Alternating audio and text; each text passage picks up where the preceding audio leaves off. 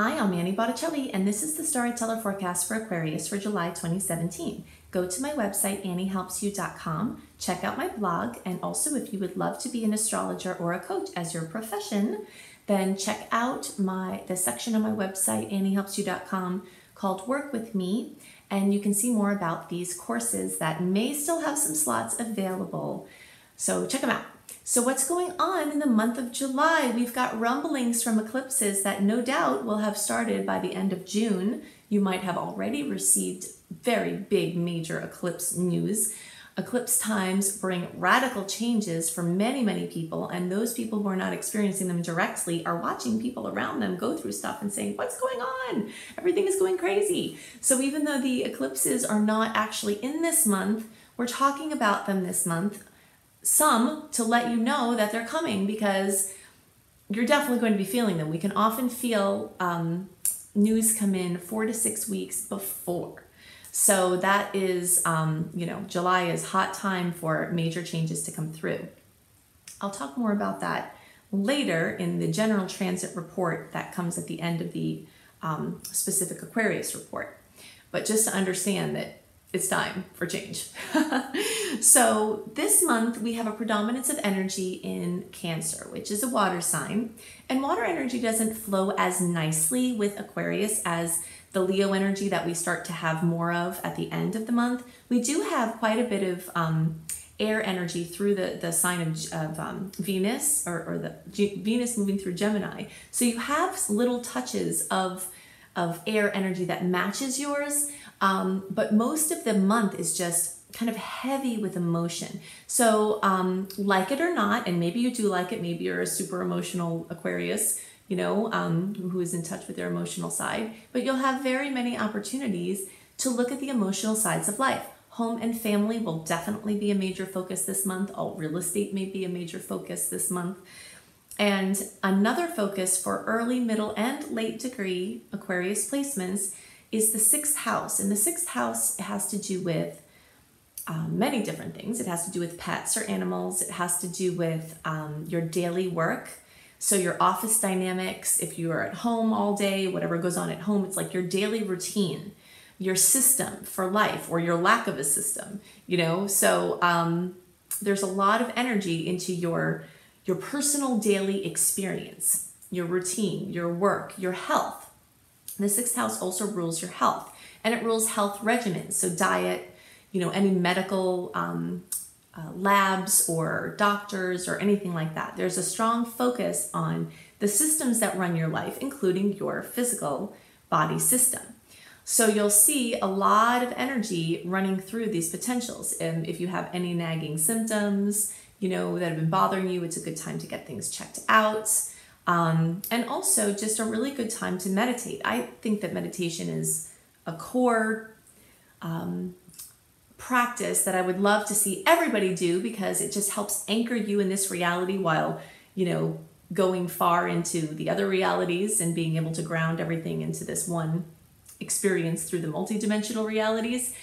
But when you've got all this energy going into the 6th house, it's really focusing on having grounding cords. I guess that's the best way to describe this, is the 6th house is ruling these grounding cords, so whether it's your body as the grounding cord, or whether it's your system with your budget or your finances, or anything that's even though the 6th house doesn't rule budget and finance, it's the system behind those things, what you do every day.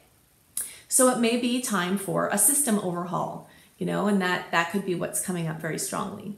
A pet might need some attention, or you might find that you have a lot of time for your pet, or something, notable going on with your animals or pets.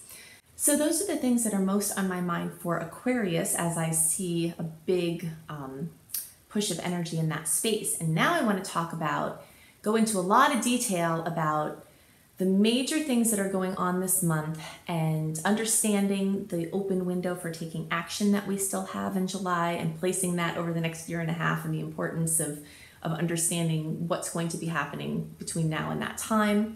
Also talk more about the eclipses and some of the other general aspects. So I want to break down the general transits for July 2017 that will affect all signs, and very dramatically I might add at that, into 3 sections. One is talking about this opening we have still for most of July from the personal planets being retrograde or the shadow periods, and then place that opening in the scheme of the next year and a half to understand what we're looking at. The second is I want to talk about this theme of emotional integration and living in charge, which I'll get into more details about what that looks like. And the third is these eclipse changes that will no doubt be happening to so many people already here in July, even though the eclipses don't actually happen until August, because we can very often feel the rumblings or actually the straight up eclipse news start to come in 4 to 6 weeks before the eclipses. So that actually places us as early as the end of June for some eclipse related changes and news to start coming in. So we'll talk about all of that. So let's go in order. Placing our period of time in this, this stretch, which had started in May and went all through June and runs through July 24th, which is a period of time that's free from personal planets being retrograde. Personal planets are the ones closest to us, and of them, the only ones that go retrograde are Mercury, Venus, and Mars. Whenever one of the personal planets are retrograde, it brings lots of opportunities that we don't have when they're retrograde, but it also brings lots of challenges that we don't focus on as much when they're direct. And in general, it's not the best time to launch things, to put new things out into the world. It's a better time to go backwards and inwards and try different things on and do short-term things of focus. But we do still have a stretch until July 25th where we don't have any personal planets retrograde or the shadow periods. So there will be some chances to take advantage of that this month, although there are lots of changes that are going to be coming to you. There are some dates that you can implement some things, which we'll get into. But understanding this general shadow period that's going to start from July 25th, we've got Mercury going retrograde again on August 13th. So between July 25th and August 13th, we have what's called a pre-shadow period. And that means it's like starting to get to where it's going to go retrograde. I always liken this shadow time to us driving in a car, going full speed, traffic is flowing well, and then we have to make a U-turn. You know, when you make a U-turn, you have to pretty much come to a complete stop to go around. And that's the energy that we experience, that awkwardness of slowing down, that awkwardness of having to wait until the other lane is clear and then getting up to speed again, etc. This process of a U-turn is very much like the experience we have of a retrograde planet. So after having this nice open period to do things from the end, middle to end of May into the end of July, we're starting every day as it gets closer to August 13th, just kind of putting the brakes on a little bit. And if we're not voluntarily doing it, the universe is bringing that to us. If we're trying to push forward, the brakes are going on anyway. So I learned, because I have Aries rising and a lot of fire in my chart, so I'm very action oriented. So when I learned about Mercury retrograde, I would try to do all the things that I might do in Mercury retrograde in the 3 weeks before Mercury retrograde, only to learn that that shadow period can actually be just as intense in some ways and have the same kind of implications as the actual retrograde. So that's when I learned to really understand and obey the rules that go along with it. And you can check out my Mercury retrograde video to understand this transit better. I go into way more detail about the caveats and the ways you can use it and the things to avoid, etc. So then August 13th through September 5th, we have the Mercury retrograde cycle. Not the best time to launch new things, make big decisions, although it's fine for short-term things and things that have flexibility. Then from September 6th through September 20th, we have the Mercury retrograde shadow period. Again, the post-shadow period, with Mercury getting back up to speed by September 20th. So this window that occurs between September 21st and November 15th is our last open period of the year without any personal planet retrogrades or shadow periods. So if you are not able to slip your launches and your new things in the period of time before July 25th, then you do have another period of time this year between September 21st and November 15th to do that. But if you've got some big plans brewing that are not quite ready to bring out yet, you might want to light a fire under your butt to do it, because next year we've got a year of personal planet retrogrades again, similar to this year, but actually more intense, because from January 12th through March 7th of 2018, and then a short little 5 days or so in May of 2018, are the only times of 2018 that we don't have a personal planet retrograde, because we'll have multiple Mercury retrogrades in 2018. We'll have a Venus retrograde at the end of the year. We'll have a Mars retrograde that dominates a good portion of the year with its shadow periods, etc. So if you are trying to push things into motion, then you really want to take advantage of these opportunities to launch things. It's fine for business as usual, but things tend to slow down. So if you're feeling a little lazy and procrastinating, then knowing that these this wall of retrogrades is coming starting March of 2018, so you want to take advantage of the time, up until July 24th, the time from September 21st to November 15th, and the time from January 12th through March 7th for your big decisions, your big launches. Okay, so there are quite a few challenging spots this month, but I always think that the challenging spots are what help us build character. They're what help us push through issues. They're what help us find those hidden blocks and that are stopping us from living in our fullest. If everything is going really well and going smoothly, we're not always as inclined to do the inner and outer work that we need to do to push through the things that are keeping us within the matrix. So when you have a month like this month that is just full of challenged aspects, especially with personal planets in the sign of Cancer, because Cancer is an emotional energy. It's about home and family, and no doubt there will be lots of themes involving home and family, homes, real estate, going to see family, family coming to see you, family issues, family opportunities. It's just going to be very much about home and family. But there's a lot of challenging aspects with these personal planets in specifically Mercury, the Sun, and Mars in Cancer, conflicting with these other planets that are bringing, it's bringing up weak spots in your identity and yourself and your communication and your creative faculties and how you use your energy and the male sides of each person, the action-oriented sides of each person. So challenges will come and opportunities will come to clear up, to see and to strengthen those weak spots. There are also quite a few challenge points with Venus in Gemini. So that's going to make for a lot of wishy-washiness.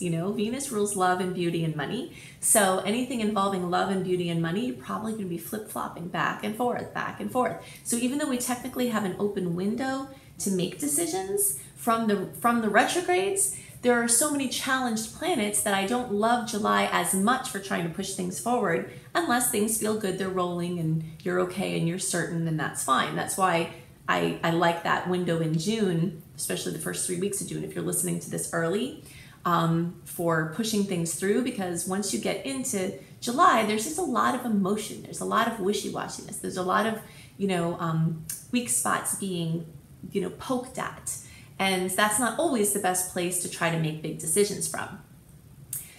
So we've got this all over the place energy of Venus. So money stuff, things with your romantic life, just kind of being all over the place, whatever that winds up looking like for you. Now within all of that, we've got amazing aspects all throughout the month as well, interspersed with these challenged aspects. You can, when you sign up for my free email newsletter, if you go to anniehelpsyou.com and sign up for my free email newsletter, I write a monthly report with more details about the dates and the aspect and the the possible implications of those aspects. I write a detailed astrological write-up that I send you out a month before the month that it's current for, so that you can get more detail than I can always, I can't always go into all of that detail in the horoscopes, but you can pick up and supplement these videos with that newsletter at anniehelpsyou.com. But I will give you a couple of highlights of the month. We've got a lot. If you've got to do something important, I really love July 18th and July 19th. There's some really great, a series of great aspects there that are not as interrupted in those couple of days by the challenges that are, before and after them. So that's my favorite window if you have to make a decision or push a last minute launch through. We've got the full moon on July 8th or 9th, depending on your time zone. And that's a full moon in Capricorn. So the full moon in Capricorn brings completion, fullness, fruition to something involving work or family or career, not family, work, father, Capricorn energy rules father energy, authority figures, career, something like that. So many people will become recognized for things. You know, this could be a great recognition moon.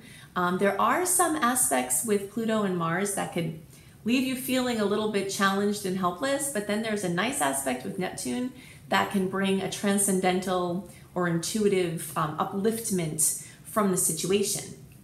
But either way, there's still just as much opportunity for a positive outcome from this full moon, but there are going to be some challenges that come along with it. We also have a new moon in Leo. Now, this is the first of 2 new moons in Leo. Whenever we have 2 new moons in a sign, there's always a lot of power and a lot of focus on that energy. So Leo is a big story that we've got going on starting from the end of July. Then, of course, that's our prelude to the solar eclipse that we have in August. So I am going to get to these eclipses because these are definitely the highlight of the general transits for this month. But just to understand the month, if you want to make wishes for your new moon, July 23rd is the time to do that. So you get 10 wishes according to brilliant astrologer Jan Spiller.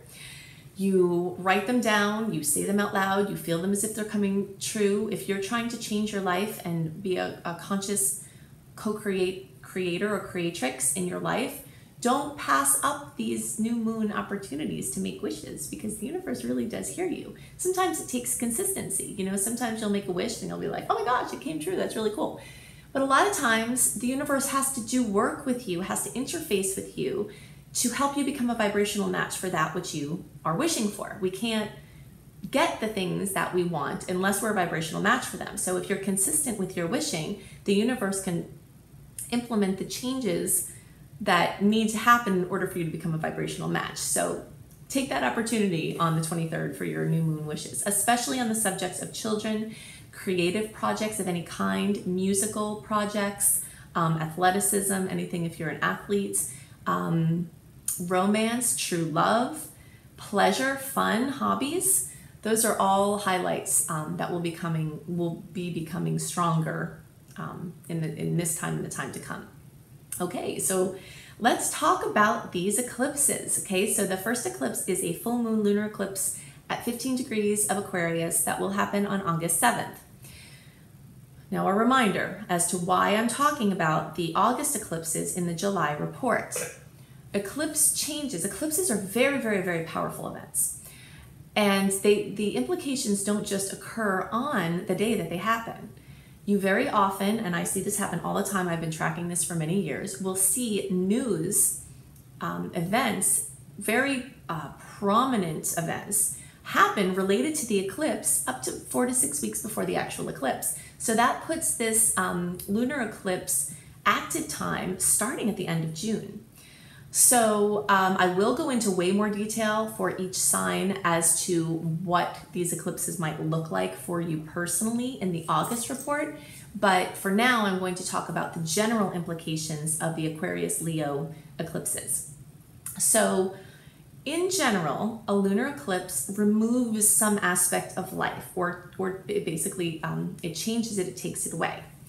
It closes it, it ends it. So there's closure, something notable coming, having to do with Aquarius energy, which can be your work within a group, working for a large organization, a humanitarian effort, a friendship, something involving acquaintances or social circles, internet-based projects, something where you're leading a group of people, anything having to do with technological advances, technology that you use for whatever this project is.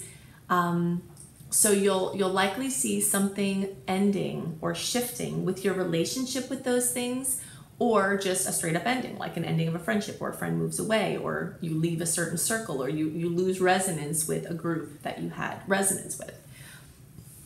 So the full moons tend to be, or the full moon eclipses tend to be like a full moon, but in triplicate. So this closing, this ending, this completion, the drama, you know, very often there's drama at a full moon. All of that can be multiplied by 3. So, you know, it's pretty intense. These are major monumental things. Now, the best way you can understand this eclipse set, this Leo Aquarius eclipse set that started at 2017, in the beginning of 2017 and runs into 2019, is to remember what was going on in your life between 2008 and 2009. that is the last time that we experienced the Leo Aquarius eclipse cycle. So if you remember the changes that happened there, the areas of life that were affected the most, those are the areas of life that are being brought right back into the forefront. So, think about that, and then you'll start to see where the changes will likely affect you. And again, like I said, I'll go into that in more details in the August report for your sign. But this is the general experience. So then on the 23rd of August, there is the solar eclipse. It's the second new moon in Leo, except it's a solar eclipse. And that's out at close to 29 degrees of Leo. And that brings in new energy. So what we're basically doing here is we're shuffling energy around between Leo and Aquarius. Aquarius has to do with the group. Leo has to do with the individual. Aquarius has to do with the society and what is good for the group and what everybody needs and what everybody thinks. And Leo has to do with what the individual needs, what the individual thinks, what the individual does. So you're taking energy away from what people think you should do and placing it in your own court again. It's your creative interests, your children, your romance, your pleasure, your fun, your way of doing things, your leadership is getting this focus at this time of this point in the eclipse cycle. So lots of new open windows occurring there, because again, the new moon solar eclipse is like a new moon in triplicate. So when we talk about new moon energy of something new opening, a new chapter opening, that's ×3 with the solar eclipse. And you can start to see what that new opening is going to look like in July. Or as soon as, well, let's see, 6 weeks before. Yeah, so pretty much July is when those changes are likely to start coming in. So depending on how these eclipses are hitting in your personal chart will make the difference between how you experience them. But you'll definitely notice that twice a year when we have these major eclipse cycles, you're either the one experiencing profound change, or you're watching other people go through these crazy things and you're like, oh gosh, what's going on? What's going on is the eclipses. And so you're either going to be the one experiencing massive change, or you're going to be the one holding space for the other people, and you might find yourself doing a little bit of both. So those are the things that are most relevant for the month for July, for the general transits. If you are interested in learning astrology, check out my astrology apprenticeship program. There might be some slots open still by the time you're watching this. Also, if you'd like to be a coach as your work, as your profession, and do your business online, you can check out my coach certification course and online business course, which I have as a dual enrollment, and there might still be some slots available there. That is a very long course, so I don't have an opening for that very often. So if you're interested in that, then definitely jump on it. If you are into tarot, definitely go to I Am Helios, IAMHELIOS. I'll probably put a link somewhere under here to check out my husband's amazing monthly tarot report that's starting in July. So you can get some other pictures and some points and some things to understand to make the most use of the energy in this month. And his name is B.R. Newman. So I hope you have a wonderful month, and I'll see you next month.